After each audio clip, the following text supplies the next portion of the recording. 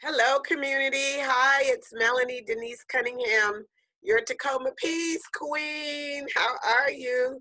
I'm praying that where I'm finding you right now as you're watching, you are blessed, well, and joyful. That's my wish for you. And I'm passing by right now to introduce the recordings that you're about to see from the People's Gathering emergency convening that was held on July 9th, just not too long ago.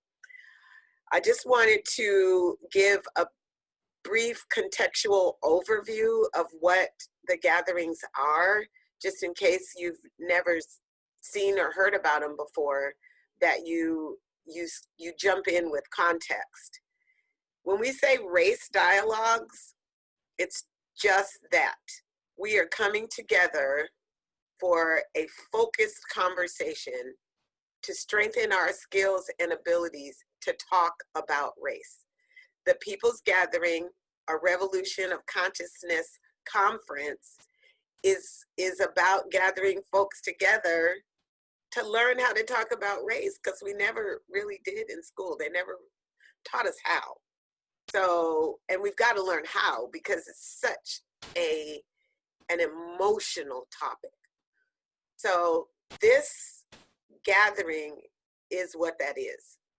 And you're wondering, well, how do you decide what race and room people go in to talk about, to have these dialogues? Very simple method. We use the instrument of the United States Census. Question 7, I believe it is the race question on the census. So whatever box that you check on the census form, and the census is the largest peacetime effort that the federal government undertakes. So they try to get everybody to fill out the census. That's when they force us into this conversation. That is the instrument that we use to determine what room and direct people where to go for the race dialogues. What box do you check on the census form? And sometimes we have people get mad. Well, the people that get mad are mostly white people that get mad. And it's not very many, but it's some that raise the rhetoric of, well, that's segregation, and you can't be doing that. And I mean, they put this conversation forward, which distracts everyone from the mission, which is for us to learn how to do better. So that kind of talk is not allowed at the People's Gathering. I say it from the very beginning. I'm saying it to you now. We shut that down. If people are fussing about that, then this learning opportunity is not for you. Yeah, if you still feel like there is if you feel like there's no race or racism in America, this learning opportunity is not for you. But if you are trying your best to do better and to gain some skills so that you can enter the conversation in such a way that you can learn and you can understand and you can move towards being an anti-racist educator and participant and activist, anti-racist, that's what we've got to do. We got to all move together. So the conference is to help us do better. I want to thank everyone that attended. Over, I won't say over, but nearly 400 people signed on to the conference and gave great feedback that they appreciated the learning. So come to the learning with an open mind, open heart, and jump in. Jump in. I hope you learn something. I hope you get uncomfortable a little bit, because if you're comfortable, then you're not learning, because this subject makes us uncomfortable. But just know that we are the supportive space. That is our intention, creating a supportive space for the community to talk and for us to strategize and for us to do better. I appreciate you. And lastly, but most importantly, thank you to our sponsors. Thank you to every single sponsor that stepped up to help us produce this event. Thank you. This is truly, truly a gift to the community, and we are grateful for your support. We are absolutely grateful. Yep. The People's Gathering, a revolution of consciousness, emergency convening of the race dialogues, presented to you by Pacific Lutheran University, continuing and graduate education and campus ministry. God bless you and peace.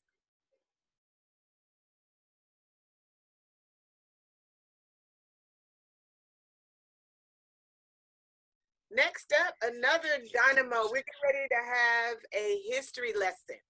We're going to have a history lesson, and I couldn't think of, a real history, really real history lesson. I couldn't think of a better person to do it than Dr. Beth Kraig is professor of history at Pacific Lutheran University, and she is my sister from another mother. She is actively involved in interdisciplinary programs and fields of study, including women's studies and peace studies, and has participated in research and projects that center on the importance of historical thinking in interdisciplinary context. And so when I asked Dr. Kraig, Dr. Beth to come back and be with us, now those of you that have been with us before, you remember Dr. Kraig. Her history lesson is called Stolen Goods. So let's welcome her right now, Dr. Beth Kraig. We're gonna Stolen Goods 2.0. Where are you at, sis? First, I want to say to everybody, because you might be needing that break, that I am definitely going to keep myself here to a shorter set of comments, and that's partly because Shakti had so much to say. Shakti, I have slides upcoming that show Ibram Kendi's book, plus this one. So we're on exactly the same wavelengths. And I think that Shakti has already shared a lot of the things in that interdisciplinarity, meaning we look at these things from human health. We look at them from psychology. We look at them from spirituality. History is there because that's everything that humans have ever done and ever experienced. We swim in it. But I can definitely, I think, keep our comments connected. And we needed the time that Shakti gave us, but we need that break at 10:30 too. So Wendy, can you give the title slide there? This is a real simple idea, and those of us who were together in 2017 are going to remember versions of what I'm saying here, although I want it to be even more pointed today. It started to bother me quite a while ago. I've been teaching for 33 years, primarily at PLU. And Melanie highlighted the interdisciplinarity of what I teach, but the history classes that I teach and some others as well have dealt with racism, have dealt with African American history, the history of women in the US, Asian American history, queer identified people and their history, social justice. It started to emerge in my mind that a lot of my students, mostly white identified students, were saying that they had a lot of white privilege and they needed to leverage it. And I just started to find my brain resisting that concept. I thought, wait a second here, I think something is getting lost in the transmission, so that the sense of privilege here feels like something that you get to hold on to. And you can use it as a superpower here and there, but you don't have to get rid of it. If we don't get rid of it, if we don't make sure that we're all in a level playing field, then we really need to have some kind of better language. So I'm going to suggest you, starting today if you can, and especially if you can do it within the white race dialogue group, instead of saying I have white privilege, say I've stolen goods. If you have stolen goods, and I'll say more about this in just a few minutes, that doesn't feel quite so comfortable as white privilege, right? Just in terms of language, it's like, wait a second, I have something that I didn't really earn or that isn't mine. Rather than thinking of leveraging it, it's like, wow, I do have this stolen Mercedes, but I'll use it to drop off some McDonald's food for the person from whom it got stolen. That doesn't cut it. So I really want us to think about how we use language, and I'm going to suggest some different ways of thinking. Start it today. Do it with people that you've had conversations with about racism, and see what happens when instead of white privilege, you say stolen goods. So, next slide, please, Wendy. I'm actually going to go back to something that I did say in 2017 because it's even more relevant today. Most of you, I'm sure, are familiar with the extensive work of James Baldwin. And As Much Truth as One Can Bear is a very short essay that he wrote and had published in the New York Times in 1962. He asked these questions.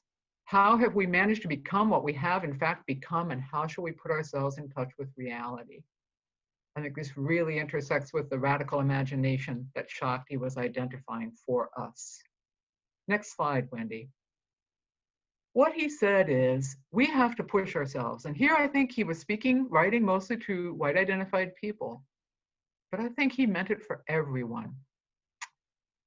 Not everything that is faced can be changed, but nothing can be changed until it is faced. Here I think he was coming to grips with the fact that if we allow even small amounts of denial or fear to hold us back from really looking at the truth, we won't experience some of the growth that really grappling with history allows us. I'll say more in a few minutes about how inspired we can be by history as long as we're looking at the whole picture and not telling that very flat supremacist picture that does not give us the tools we need to be able to face the truth and then change the things that we know need to be changed. In his title, you can see part of Baldwin's argument. He actually said, we need to face the truth as much as we can bear, and then a little more. And then a little more. So he's getting at that sense that you won't knock down those walls of denial in a day, in a year, probably not in a lifetime, because we have so many layers of denial that sort of swim around the many forms of othering and dehumanization that we've built in our histories. But to push for a little more truth, to listen and hear that new story, to read that new book, to watch that new documentary. These are all the things that push us further. And so one of the things I think we can do collectively is to figure out where we are now and then push for a little more truth, look a little more at the history, look a little more at the world in which we live. Next slide, please, Wendy. When I was a child, I had no idea that I would become a historian, believe me. But it struck me very early on. Shakti talked about seeing the image, the photo of the mutilated, tortured Emmett Till and the impact that it had on her. I was born in 1956, so I was born just a year after Emmett Till was tortured to death. As a young person, as a child, I was fortunate enough to grow up in a home where people were paying attention to the world in which we lived. This question started to emerge for me. It's a biggie, and it's so simple, but I've spent my lifetime trying to find the answers to it.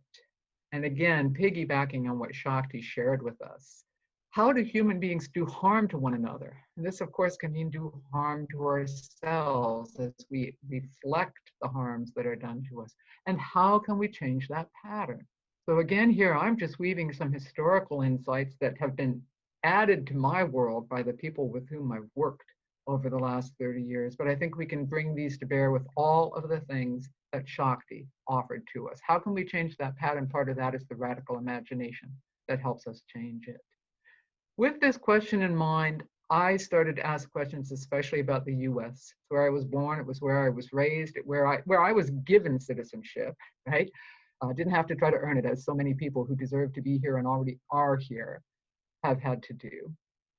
And in that history of the US, I could see things that were being missed, so dramatically missed. Again, growing up and going to school in the 60s and 70s, if I hadn't had the home in which I was raised, I shudder to think of what I would actually believe about US history. It's been my own sort of mission in life to work with fellow learners and to come to grips with this question globally, but also at home. Wendy, next slide, please. These are points I really think piggyback on what Shakti shared. When we listen to the past, and folks, the past was yesterday, right? The past was this year in which we're living. The past was seeing the dramatic torture and murder of Black men that we have been seeing. It was seeing the kinds of things that are always visible. We're calling it an emergency today, but it's been an emergency for the last 500 years. When we really listen, then our consciousness changes. And key point here to add in, when we really listen, our consciences change. That's our moral core. That's what guides us to think and do and believe and then act. Again, to look at the truth as much as you can bear and then a little more. That reshapes your conscience. And the more robust we can make our consciences, the more we have opportunities to share those consciences, what we've learned with others. Next slide, please, Wendy. Now, here, if Shakti is still with us, she's going to be thinking, great, he's getting many, many shout outs. Professor Ibram X. Kendi, who just as of this month, July 2020, is appointed as the creator director of the Center for Anti-Racist Research at Boston University. I just connected with a former PRU student who's on her way next year, Boston University, for their chaplaincy program. And I said, I am so hoping that you can find some way to connect to the kind of leadership and thinking Ibram Kendi offers. Next slide, Wendy. This is the book that Shakti was recommending, and it was a national book winner. It was also highlighted in the chat, I noticed, as Shakti brought up this book, that there is a young person's edition, and the fantastic writer for young readers, Jason Reynolds, co-wrote that. So you'll see that title there in the comments at the bottom of the slide. I would recommend, if you haven't read the big book, and it is big, I'm a historian, I love big, thick books. I think you should still get it, read it carefully at your leisure, but especially if you have young people in your lives, get 2 copies of the book. Right now our libraries are shut down, but ideally we're going to get them open pretty soon. There are many, many versions of this book available to you. Give it as a gift to the young person, read it yourself, and read it with the young person. So you're having that dialogue, that discussion. This is the way we can obviously just begin to add our knowledge. I'm seeing a shout out right there for the young adult version, and it is fantastic. It's a starting point for any children you know who are asking the kinds of questions, especially historical ones, that need some answers. I also held it up earlier, upside down in that case. Here we go. How to Be an Anti-Racist by Ibram Kendi. I want to just stop a second here and go back to something we had in the polling that Melanie did. Kendi has an entire chapter in which he challenges what has been the received wisdom with so much validity to it that Black people, people of color, Indigenous people can never be racist. He suggests there, wow, I was really intrigued by what he had to say, and I understood his argument. We have always argued appropriately that racism is the combination of deep prejudice melded with the power to make that prejudice a systemic tool. Kendi points out the fact that we have some people of color in power. You can think right now of a few who are in power within our current federal government, for example, in our cabinet, on our Supreme Court. And he says we can't pretend that those people might not have gotten where they are in part through absorbing, mirroring, and even taking the lead on forms of racism. And here we can also think about other forms of dehumanization, right? So he offers a really interesting argument that I would again recommend. This book is widely available to help us understand that the dynamic of power runs through every form of dehumanization. It is generally there in ways that are so distinctive that we might miss the parallels. But that power in a system that is created for white power, like ours, can still begin to have some people of color who sign up for the power and then turn around and use it in racist ways. Very, very interesting argument, and I wanted to be sure that people caught that out. It might go into some of the race dialogue groups. Next slide, Wendy, please. Okay, now here's my analogy for you with stolen goods. And again, I find myself thinking a lot about how our language sometimes misleads us. So I started to think, if it's not white privilege, if that's too soft, too euphemistic, really too easy for white people to accept, because it doesn't sound that shaming, it doesn't sound that wrong. It sounds like some sort of mild level of extra convenience that you have. And again, I think this hit me when I started to hear students saying, I'm going to leverage my white privilege. And I thought, not the right dynamic. Many of you have probably heard that. So I may be saying something to you that's making you think, oh, wait, I thought I could leverage my white privilege. I think when I look at history, and the history of the US, but we could take it global if we had the time, and I look at anti-Black racism, what I see is something that started about 500 years ago, came out of Europe. It was taking over the Western Hemisphere for profit. Again, Shakti had that fantastic diagram to help us understand all of these things.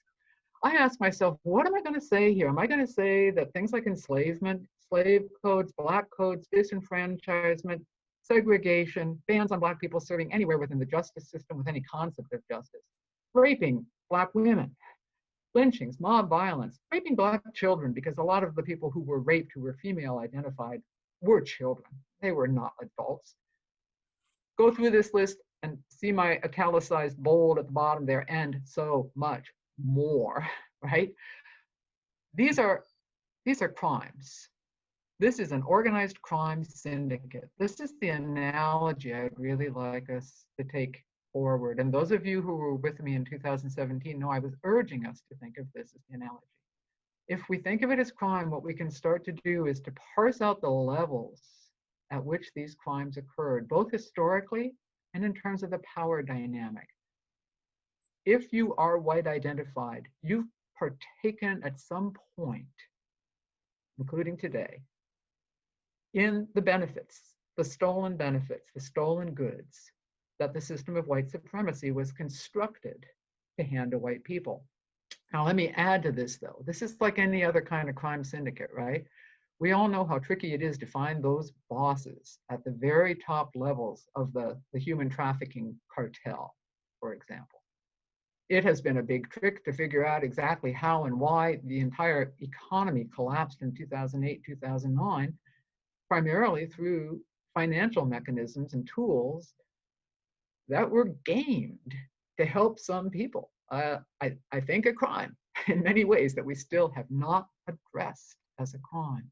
So if we think of it this way, what we see is centuries of the building of structures to benefit the criminals at the top. Many people, we again think of a crime syndicate. You've got that person who's desperate to keep their family fed. They're at the very bottom of the economic, political power chain within this criminal syndicate. They might do something that causes harm, but they're doing it out of desperation. That's perhaps that very poor, disempowered white person. Perhaps it's that white person today who has a severe opioid addiction because the jobs have left. The stories they've been told about how they are important people who will always be okay if they follow these rules, those stories are showing that they were lies from the get-go. So what this allows us to do is to see the layers of crime, not as white identified people to say, hey, I have no part in this. I have no stolen goods, but also to begin to look more deeply at the power structures. Those are the things that let us see where the crime is at its worst historically and today. They help us make our political decisions, our economic decisions. They help us do the radical imagination that Shakti talked about, to think about what that better society is. I would note, it's the next to the bottom line in the black printing there, I have bias laws and policing practices. I had that in 2017. This is an unchanged slide. The end so much more could go on for slide after slide after slide after slide. But what we're really seeing in policing is a good example of something criminal, the ability to attack other people and get some kind of reward for doing it. If that's not a crime, then I am operating in a different moral universe than I want to live in. Next slide, please, Wendy. I've said some of these things, but let me add to them. And this is really piggybacking on the number of folks in the poll that Melanie gave us this morning, who said that they believe some kind of reparations. Okay, if we use this analogy of stolen goods to understand the history of racism and its contemporary effects in our world, then I think we have to do these things. We focus on restoring those stolen goods to their rightful owners. This does mean reparations. This means restorative justice. This means looking at indigenous people and not using the lame excuse that, oh, well, we had a treaty with those people. They're okay. We helped them out, right? This is saying, what are the goods that were stolen from them and how do they get them back? This is the place where, to me, environmental justice just surges to the top of the list, because more than anything, the theft of the resources in this Western hemisphere was a way of destroying those resources, destroying the planet on which we live. So we can reframe something like environmental justice if we really know the history and think of the stolen goods analogy. To say, if we can work together on fixing our planet, let's do it in the names of the indigenous people who are leaders in the environmental justice we all need. Again, I think another point, I've made it, but let me repeat it. I think this is just way more accurate than white privilege is. It jars people, it disrupts. It makes people sit back and think. It isn't the same as deciding that something is a little bit special that was created for you and you feel a little uncomfortable with it. This is about asking whether you want to continue to be part of a criminal syndicate, even if you didn't sign up to be part of it. If you are now, if that wealth that you inherited, and it can be small, but it still is there. All of our statistics tell us how many more assets white identified people have and how those assets can tide them over in the worst of times in ways that especially Black Americans cannot. Use that accuracy and see if you can't get into better conversations about making the changes we need to make. But the third point there, this is another one, because one of the things we hear with so many points of denial about racism is, I don't have much. I'm a white person and I'm poor. I'm a white person and I've been living on unemployment. I'm a white person and I didn't have a chance to get a college education. I didn't even get through high school, et cetera, all very valid points. Part of the problem of the history of racism is that it tells us that some of the most disempowered white people clung to the idea that white supremacy could at least hold them afloat. They were at least somehow better, quote unquote, better than the people of color around them. They have been drowning, holding on to that false hope, instead of realizing here that in giving back the stolen goods, in fact, they're going to have more opportunities than they do have now. I think we can see parts of this all through our society. We can see it in our politics today. I don't think I need to say much more than that for all of you to be thinking about what I'm talking about. Also, we've been talking about anti-racism. I'm okay with us using terms like let's have a talk about race, but again, I really want to say more regularly, let's have a talk about racism. This is the point going back to Ibram Kendi and his writing. Ta-Nehisi Coates has said the same thing. If we know the history of how we got here, what we know is that the racism created this concept of race. The criminals needed a way to steal and rape and kill and still make themselves good people. So what they did was to create racism. I'm not a criminal. I'm helping those poor people from Africa who wouldn't know how to organize their lives if I didn't force them to work for me and give me the benefits of their labor. What racism did was to create ways of marking human beings to justify harming and mistreating them. So I think when we say we're going to talk about race, we might be better off to say we're going to talk about racism. Race is in the mix. One of the things Ibram Kendi tells us is you can't just say we don't have races, they're invalid. That's true. The concept of race is so filled with holes, it's Swiss cheese and then some. But we're not going to be able to get to fighting racism, to being genuinely anti-racist, by ignoring how race was created and what the impact is that it has today. Next slide, please, Wendy. Oops, I think, is that the next one? Yeah, let me, this is going to be brief because I could go on here and I hope you will all follow my lead on this. One of the things I mentioned earlier is that I think we need to learn how to use history better. If we use history better, we look at the truth of history, we are not simply infuriated, filled with sorrow, depressed. All of those things are a part of the mix, but we're also uplifted. We find the heroes we need. We find what I would consider mentors, people to whom you can turn again and again and again for their wisdom, for the role model element of what they've done. These are historical figures. I know one of the reasons I became a historian is that I needed to be inspired. I needed to find some of those people who really were pushing back against the doing of harms to others. And I have found them in abundance. If we were including the full history of this nation in every way that young people learn it, they would come out with a plentiful list of inspiring Americans. So I want you to find your best BIPOC mentors from the past, if you haven't already done so. And if you already have some, again, don't forget James Baldwin, add some more, right? Share those mentors from the past, because if we're talking about our history in this new way, this accurate way, this truthful way, then it's a history that's filled with inspiration and not inspiration of the rah-rah MAGA type.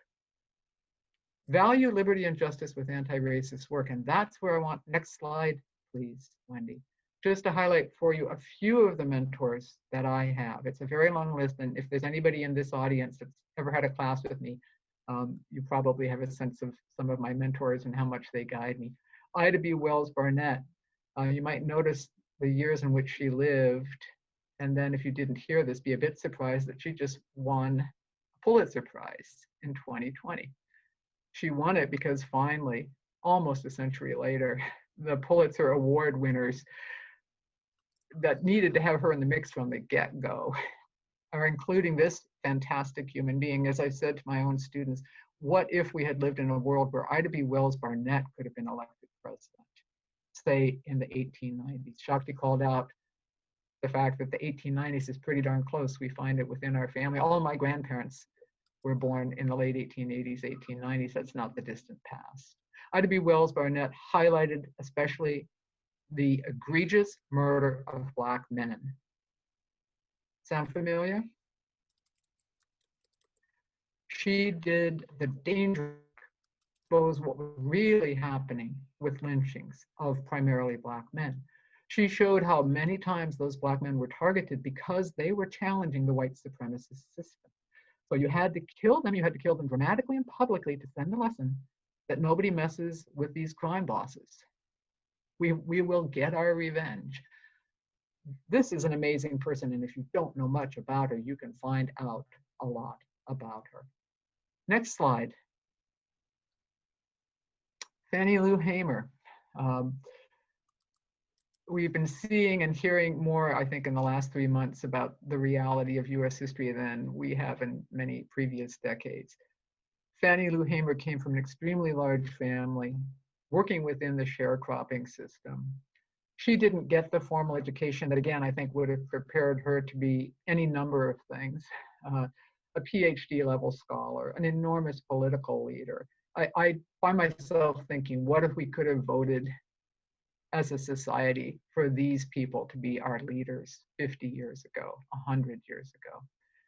Check out Fannie Lou Hamer, and what you'll discover is somebody who knew how to live brave in extremely unsafe spaces, and she knew how to bring truth to those in power, including members of the Democratic Party who were upholding white supremacy because they were so afraid of losing those white Southern votes. They thought somehow they could hold on to those white Southerners and deal with racism. As it turns out, that didn't work. Next slide, please. Ella Baker. Of the three people that I'm highlighting here, it might be Ella Baker that most of you don't know much about. And that's partly because Ella didn't see leadership as putting yourself front and center. She saw leadership as working at the grassroots to inspire. She saw leadership as trying to make sure that there weren't a handful of individuals who were at the top of the pyramid She was extremely concerned about the way people started to worship Martin Luther King Jr. instead of to take examples from his work and pick up the leadership themselves. Ella Baker also worked to make sure that young people in the early 1960s expanded the networks of how they worked in anti-racist ways, with whom they worked. She was the grassroots organizer of all grassroots organizers. If any of you know the a cappella group Sweet Honey in the Rock, then you have heard Ella's song, which is still one of the most inspiring freedom songs that anybody has ever sung. It's mournful, but it also picks up the message of Ella Baker. With Ella's message in mind, let's go to the next slide. Bernice Johnson Reagan is one of the founders of Sweet Honey in the Rock. So she's the person behind Ella's song in many ways. She wrote a short essay. It was actually given as a talk almost 40 years ago that has some of the most important messages for us today and for the future. And coming back to Shakti's radical imagination, here's an example of it. She said, in a coalition, you have to give. This means you're in that brave space. You're not in a safe space. It must become necessary for all of us to feel that this is our world. What she emphasizes in that essay is that won't be a place where we're all comfortable all the time. If we live in this complex world with its complex history, we'll bump into each other. We'll need to stop and listen because we won't necessarily have the knowledge we need, but somebody else in our coalition might. This is a pre-COVID set of photos here, lest you be thinking, why are those people not wearing their masks? But I think we're seeing coalition building today. Black Lives Matter is a superb example. We're seeing people who are saying, let's work together on all the different ways that humans harm each other. Let's focus on the anti-Black racism that we can see so vividly, but let's be sure that we're focusing on the ways in which sexism works within anti-Black racism, with it. Kimberly Crenshaw is given the credit appropriately for coining the concept of intersectionality, that we can't be looking at history without looking at all the different ways that othering and dehumanization combine forces to marginalize people. So next and last slide. I think this is the last one. Oh, next to the last one. This is from the same James Baldwin essay. So I gave this out in 2017. And he's writing this in 1962, right? To the few of us that were born earlier than 1962, to many of you who weren't alive. And he said, we are the generation that must throw everything into the endeavor to remake America into what we say we want it to be.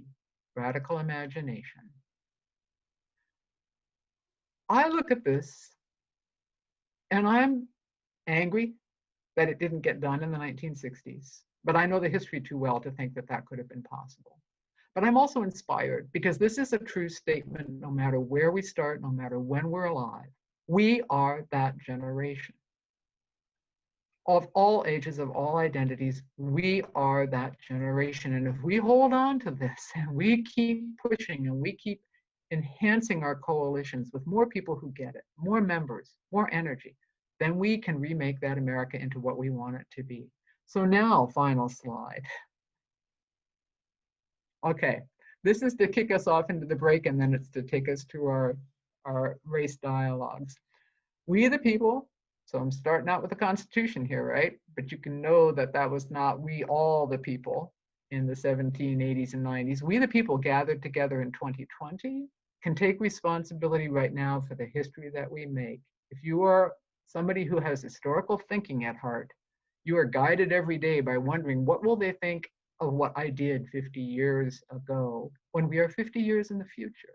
When we're sitting in 2050, when we're sitting in 2100, what will they say about the people in 2020? We do make history. We inherit it, and then we make it by how we respond to it, how we reckon with the truth of history. So here's a big guiding question for you, and it goes way beyond today, right? How will you contribute? Thanks, folks. Beth. Ooh, you boom, like I knew you would. Well, I kept my eye on the clock too, because I know I could see when I had the participants gallery view up, I could see, wow, sometimes people just gotta go. And I mean that Yeah, literally, and I mean that figuratively. I So we need a appreciate. little break. And we need that break to process some of the things that have been shared so far. Yes, So and I look forward to. they're blowing you up in the chat. Wow, thank you for your powerful words. Thank you, Dr. Kraig. Thanks for all the resources. And Wendy, is there a way you can unmute everybody's mic so they can clap? She can hear them because people want to do. They want to. Is it on? All right. Woo! Yay! Thank you. Yay! Woo, woo, woo! Yeah, Yeah. Really good. that's amazing. Yeah! Welcome. Yes. Thank you.